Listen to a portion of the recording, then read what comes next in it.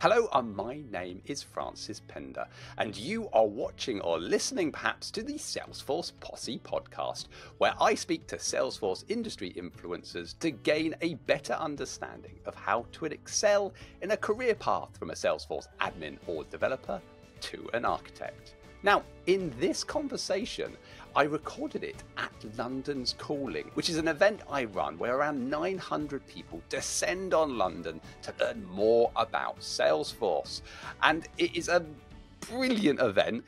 It's full of collaboration and learning across 6 or 7 tracks of talks and everything from Salesforce development, administration, marketing, you name architecture. It is a fabulous event. But if you want to learn more, head to www.londonscalling.net and make sure you sign up to the newsletter at the bottom, because we also stream all the sessions online so you don't miss the next event. So I'm going to be chatting with the amazing Vanessa Grant and Adam Olshansky. Sorry, Adam, I think that's right. Now, Vanessa is a superstar business analyst in the Salesforce ecosystem, which is an area of the ecosystem that needs a lot more love than it gets at the moment. Because for me, Salesforce is a business tool, and some of the most successful projects I've worked on are the ones that are business-led rather than IT-led. So Adam is also an equally huge Salesforce superstar and is a technical architect at Google out in San Francisco. So you kind of have to be a little bit of a superstar to work for Google. So if you're interested in, well, I'm actually not going to tell you. This is going to be a bit of a surprise. So without further ado, let's roll VT. Well, hey, we're here at London's Calling, having a whale of time, I think. Yeah. I think so. Really? A wonderful time. Are you having a good time? A brilliant time, as I think you say out here. Okay, and here you go. Sorry. Got to work on my Mana White skills. Cool, we're here, and we thought we'd just have a chat about the world of Salesforce and what you thought about these kind of collaborative events and what you're doing or what you're up to, and what do you do in these Salesforce ecosystems? Probably a good question to start with, Vanessa. Well, I am a consultant. I've been consulting for probably 3 or 4 years, but I've been in the Salesforce ecosystem for 13 years. I've never had a hands-on keyboard role, but I was kind of like an accidental product owner. Right. So my very heartwarming trailblazer story was I was a VP of business ops and I needed a CRM and I signed paperwork. Brilliant. And then my Salesforce career was born. Here I am. How about you, Ed? Very nice, yes. I've been in the Salesforce ecosystem coming up on 9 years. Started off as kind of a business analyst. And ended up doing some Dreamforce hands-on trainings with declarative functionality and coding, and I did some coding in college, and I really liked Apex, and started off as kind of an admin, turned into a developer, and I've been working kind of my way to architect since then, and so now I'm more of a Salesforce architect. Cool. So you based out in San Francisco? San Francisco area, so I'm in Mountain View, California, but it's like 45 minutes south of San Francisco. Okay, cool. So, where are you based in? I am in Los Angeles. Oh, okay, cool. Yeah. I've done the trail, the road trip. Oh, yeah. It's like, beautiful. I think twice now. It's just amazing. See, I like going north because then you're by the cliff. Like when you're going down, right. it's like, or you're by the mountain, like going down like by the cliffside. I'm like, ugh. I think I've only gone down though both times. Nope, no, thank you. I enjoy my life. That's another world. I did snowboarding out in New Zealand, right, years ago, and trained to be a snowboard instructor.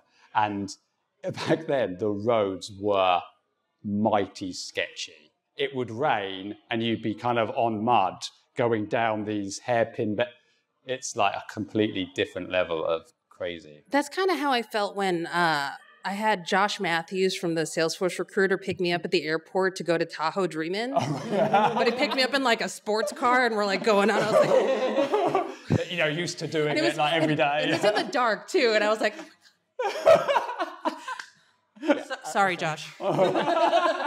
I did drive to the Grand Canyon once in Arizona, and again, it was at night, it was windy roads, it was raining, it was dark, there's no lights in any of the streets. But here, to me, it's very scary because the roads are all so narrow. Oh, yeah. And I feel like pedestrians are very just like kind of blasé, walk wherever. The buses go right up along the curb. Like if you're near the street, you're going to get run over by the bus. And so and I also never know which way to look here. And so I'm like, I have to look both ways 8 times. And bit like me in America, to be honest. Yeah, exactly. It's what you're used to, I guess. No, cool. Okay, so we're here all collaborating about Salesforce and everything else. But what are you seeing in the kind of the Salesforce world, the kind of trends and the things that you think are going to happen in the future? Because you can't really predict the future per se. But like with all this AI and all this craziness, it's like, is it just the same old stuff or? Well, I mean, right now we're doing the AI thing. It's like, I mean, I don't know that that's predicting the future so much as like the future that is getting pushed upon me, whether I want it or not. You know, so it's we'll see. I mean, I don't know that that future is quite solidified yet. So I think it's, okay, let's throw some ideas around and make some sessions. And I haven't seen any here, even though there was like a little discussion over there. Right. But I know with Dreamforce, the call for speakers was like very heavy. Like if you don't have AI and you're like, I was like, I had to go back into like all the sessions that I've had in my past. And I was like, can I throw the word AI in to make this work? But other than... I got an email going, I know you submitted, could you submit some more AI ones? It's like, oh, okay then. But as far as trends go, I mean, I know the trend that I would like to see would be more of a focus on business analysis, which I will talk about for the rest of my life because it's never going to happen, but I'm going to still keep fighting the good fight. I think it really is. I don't know. Because I'm thinking like, if we do go down that world of AutoGPT and Einstein GPT where people are creating flows, right, and really quickly, that's like the effort of doing that is like massively diminished potentially. They won't be perfect, obviously, but then you're kind of fixing around the edges. But then the only way to kind of go above that is to move more into the business and really aligning the vision and the goals and everything else to what you're doing. So, and also like business architecture, right? It's a thing, right?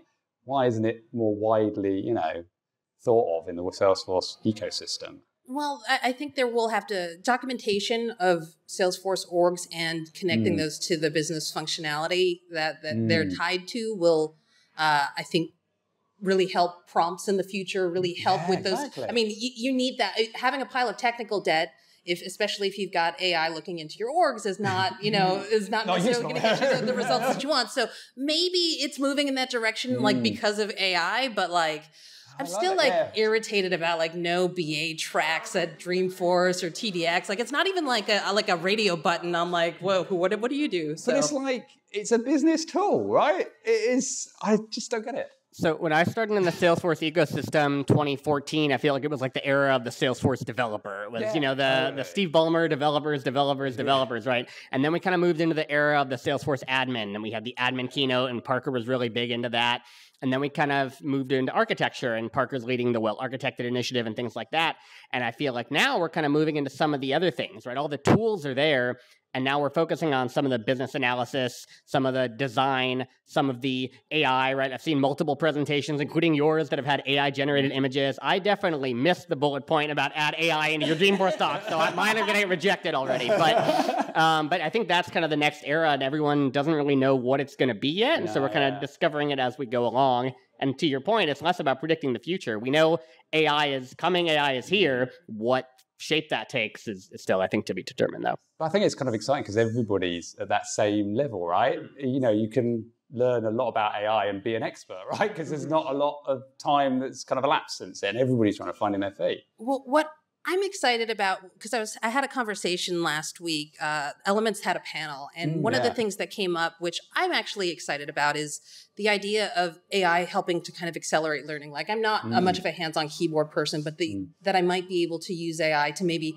help me come up with scenarios so that I could see solution architecting. Maybe I can start working on my technical skills using AI. Or maybe an admin would be able to come up with requirements gathering questions or have the basis for a user story and kind of filling in some of those gaps in people's skill sets. And I think at the moment it is very, AI is kind of like in its own domains, right?